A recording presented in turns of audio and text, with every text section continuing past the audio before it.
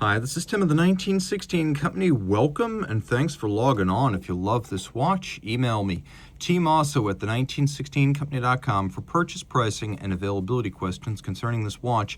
And this watch may be the most interesting watch I review this week.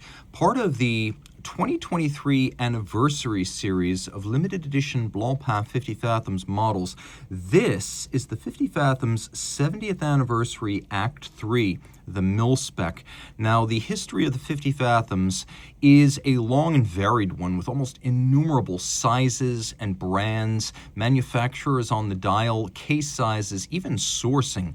And the 1950s witnessed the birth of the model as something requested by military operators, but later on, the mil-spec model became a more general offering for multiple military customers, with the distinct exception of the United States military, where domestic sourcing rules ensured that the watch had to at least be nominally assembled or modified in the United States.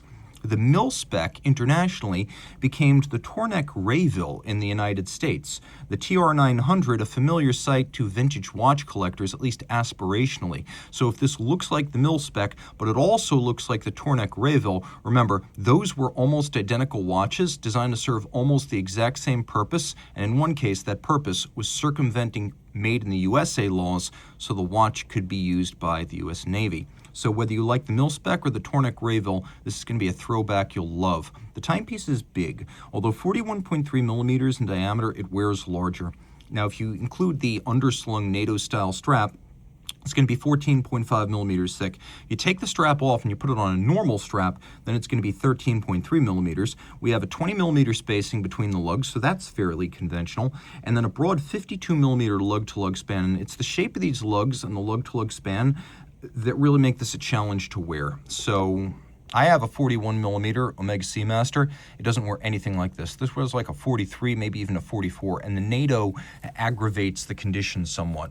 Throwing it on my wrist, you can already see that, as with almost every underslung NATO strap, it makes the watch sort of bound off the wrist and gain quite a bit of height.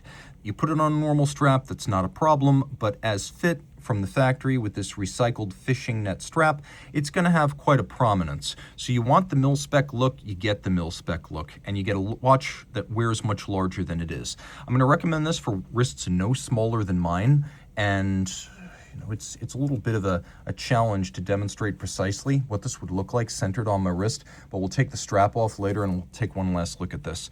The watch is probably too thick to fit underneath any kind of a cuff, at least with this strap on it. Now, it's a good-looking strap. The black and the beige matches the bronze gold quite well, and this is bronze gold. It is 37.5% precious metal. It's 9-carat hallmarked, and it's 50% copper. It's 37.5% gold, and then the remainder is a combination of palladium, silver, and gallium. The idea here is that it will patina, but not grotesquely so. We also have a matching bronze gold 50 Fathoms pin buckle in distinctive fashion with the hallmarks on the underside, and the case is simple. Squared off lugs, minimal beveling, narrow case band, no crown guard, very true to history. So if you remember the old Tourneck Rayville or the mil-specs, this is quite faithful in some regards. And the exterior of the case, the dial, even the bubble-like sapphire, all very true. We have a little bit of an expanding bevel on the lug hoods to remind you that this is luxury. And then we've got a wonderfully sharp knurling that makes this easy to grip even if your hands are wet, sweaty, or gloved. It is a 120 click bezel. Let's listen now.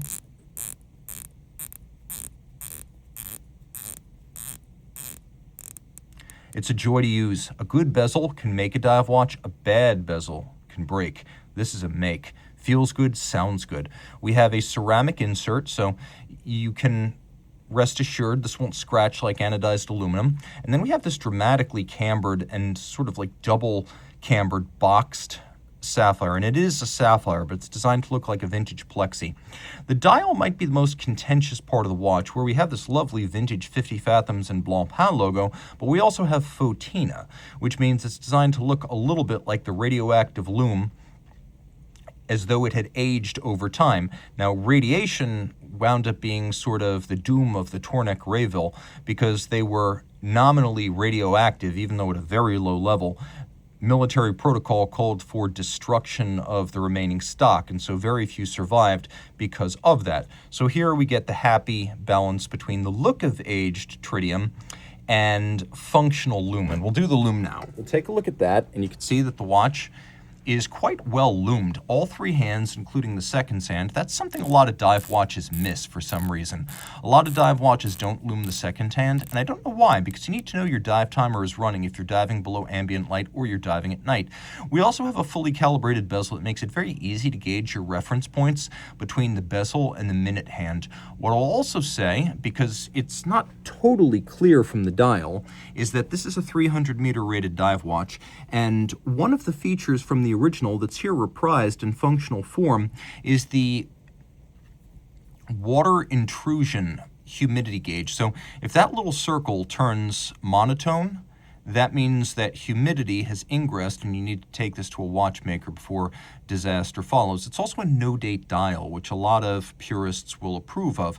But one oddity is that the original watch, which used an A-Shield 1361 automatic, actually had hacking, and this, which uses a Blancpain Fifty 1154, this actually does not have hacking. It does have a screw-down crown, and I'll share a little bit of gouge with you, to use a term we often applied in the Navy. You can apply a little bit of back pressure. If you want to stall the seconds hand, you could do so. So if you want to set this precisely to a reference time, it's not impossible. It's just something you have to manage with a bit more focus. That said, the stem tube assembly in the crown, very solid. There's almost no movement, and that's not always true with aggressive sports watches. A lot of them look big, tough, lean, and mean, and you pull the crown out, and it feels like it's going to break off. This is very solid. And now we're going to pull the strap off so you can see the case back.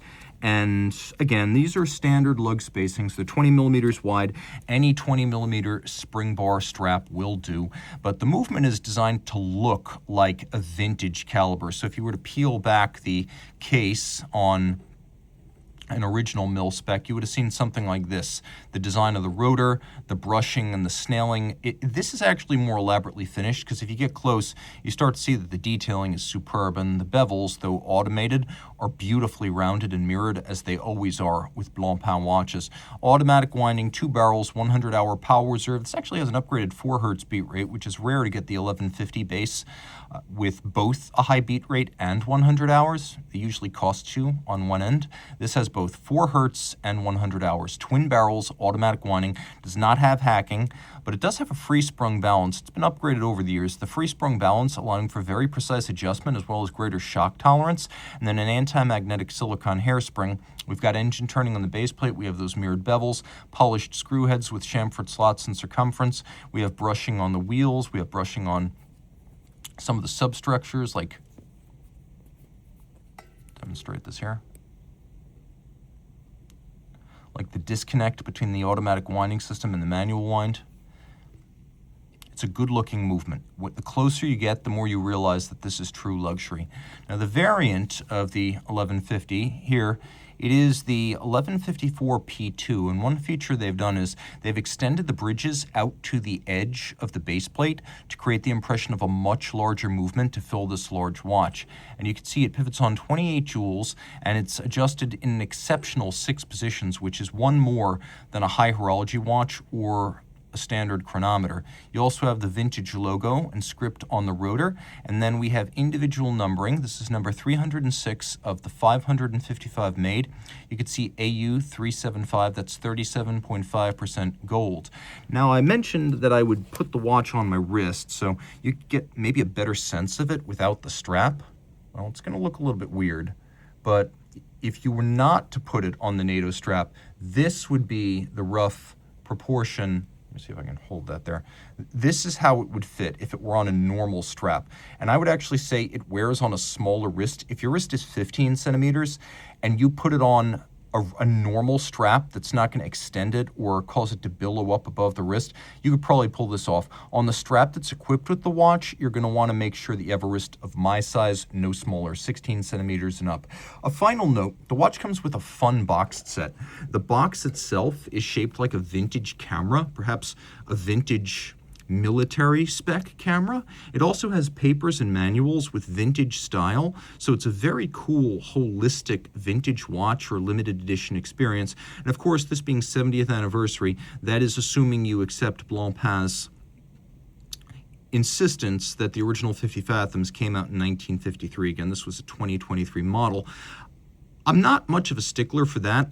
I always want the hardware to deliver, and here the hardware does. So reach out to Team Mosso at the 1916company.com for purchase and pricing details.